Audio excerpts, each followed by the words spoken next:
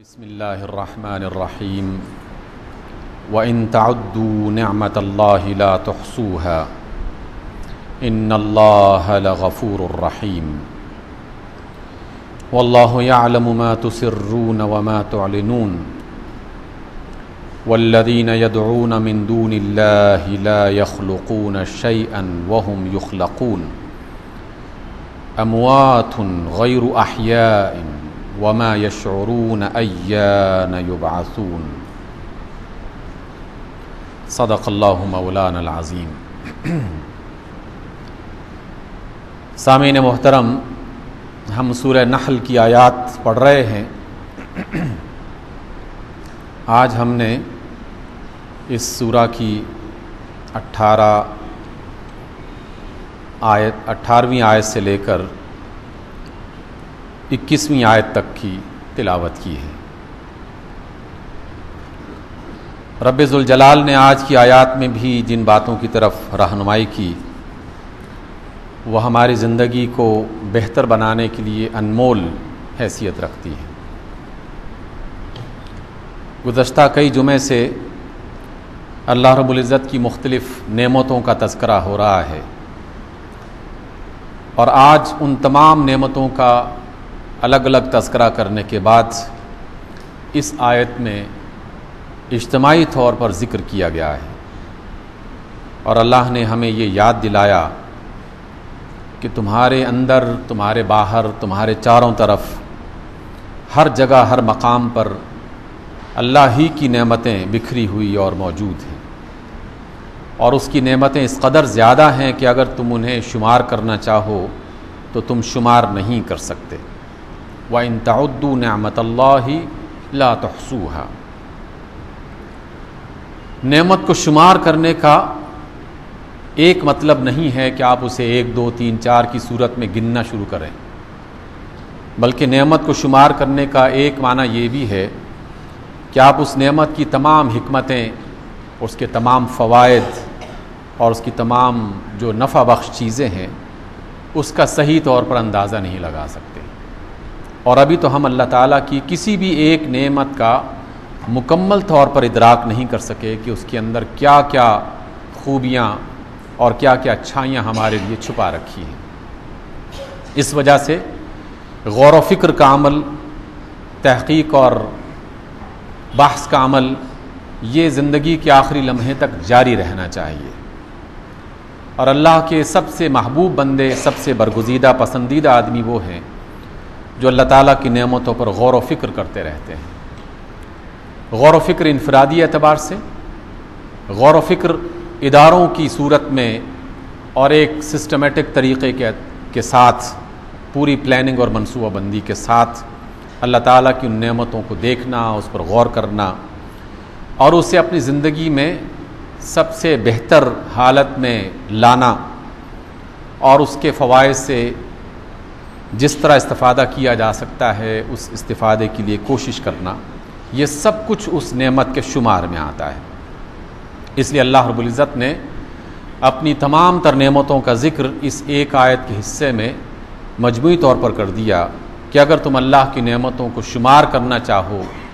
یعنی اس کا اندازہ لگانا چاہو، اس کا ادراک کرنا چاہو، تو نہ شمار کر سکتے ہو اور نہ صحیح طور پر اندازہ لگا سکتے ہو۔ لیکن کیا اس کا مطلب یہ ہے کہ بات ختم ہو گئی؟ اللہ تعالیٰ نے ہمیں عاجز کر کے یہ باور کروا دیا کہ تمہارے پاس کچھ نہیں ہے، تم کسی صلاحیت کے مالک نہیں ہو؟ مقصد یہ نہیں تھا، بلکہ مقصد یہ تھا کہ اگر ہم اللہ تعالیٰ کی عطا کردہ نعمتوں پر غور کر کے اسے اپنے لیے اور انسانی زندگی کے لیے بہتر نہیں بناتے تو یہ ہمارا قصور ٹھہرے گا، یہ ہمارا جرم ٹھہرے گا، اور اس جرم کی سزا اس دنیا میں بھی ملتی رہے گی اور آئندہ بھی ملتی رہے گی۔ اور ساتھ ہی کہہ دیا کہ اگر تم اپنی اس غفلت کی زندگی سے باہر آ جاؤ اور اللہ کی نعمت پر غور و فکر کرنا شروع کر دو، اور غور و فکر کے نتیجے میں کوئی انفرادی اور اجتماعی پلاننگ کرو اور منصوبہ بندی کرو، تو پھر یقیناً بہت ساری مشکلات جس میں تم گھرے ہوئے ہو اس سے تم نجات پا سکتے ہو، اور اللہ تعالیٰ پھر تمہاری اس کوتاہی کو دور کر کے تمہارے لیے بخشش کا، کامیابی کا اور ترقی کا راستہ کھول دے گا۔ ان اللہ لغفور رحیم، بے شک اللہ تعالیٰ یقیناً معاف کرنے والا بھی ہے،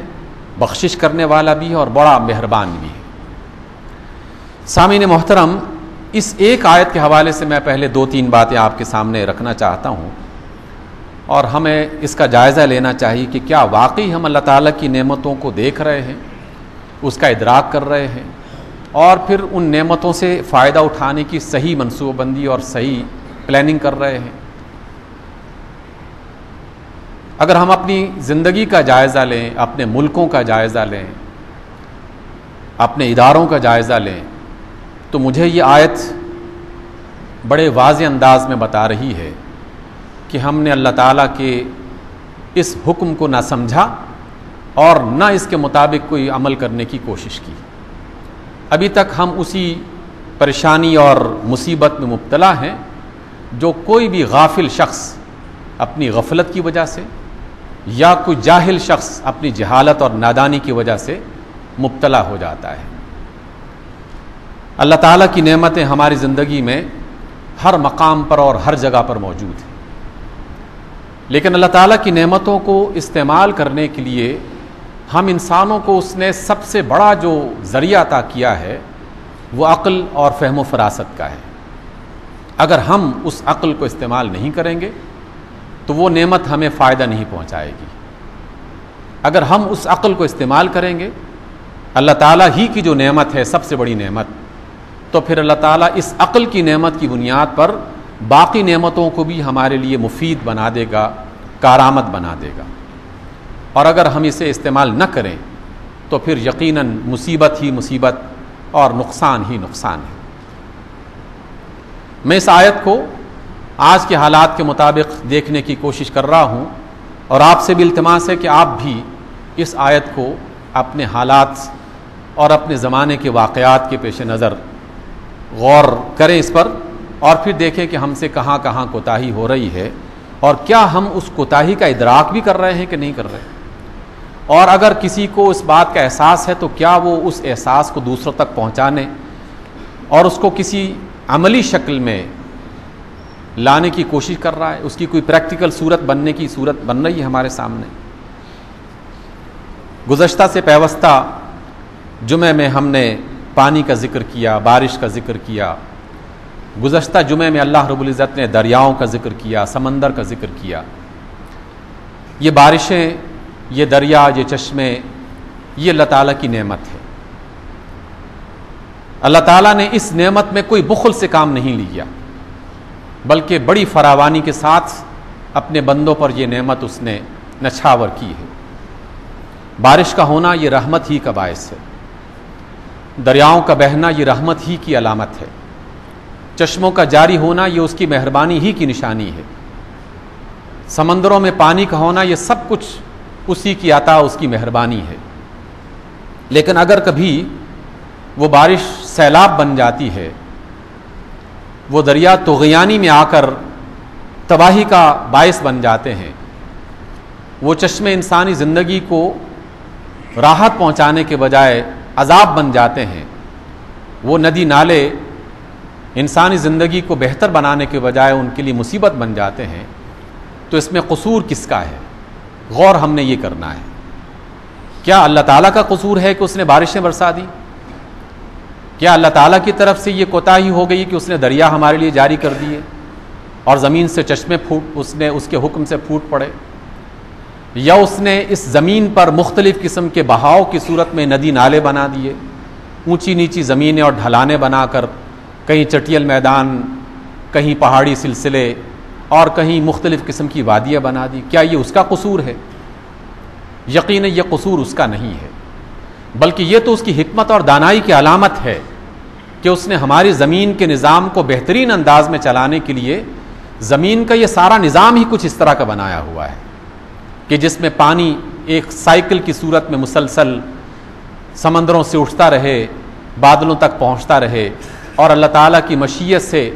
وہ مشرق اور مغرب میں سفر کرتے ہوئے دنیا کے ہر خطے میں اس بارش کو اور رحمت کو پہنچانے کا اہتمام کر دے، لیکن اس بارش سے فائدہ اٹھانا یہ انسان کی اپنی عقل پر مشتمل ہے۔ اگر کوئی غفلت کی زندگی بسر کر کے اس بارش کو بہنے دے تو یقیناً بارش نے بہنا ہے اور اس کے بعد ختم ہو جائے گا سلسلہ، اور دریاؤں نے بہنا ہے اور اس کے بعد اس کا سلسلہ بھی ختم ہو جائے گا، ندی نالوں کے اندر بھی پانی کی طغیانی آئے گی اور اس کے بعد یہ سلسلہ ختم ہو جائے گا۔ اگر انسان اس فائدے سے، اس نعمت سے فائدہ نہیں اٹھا رہا تو قصور اللہ کی طرف سے نہیں ہے، قصور ہم انسانوں کی طرف سے ہے۔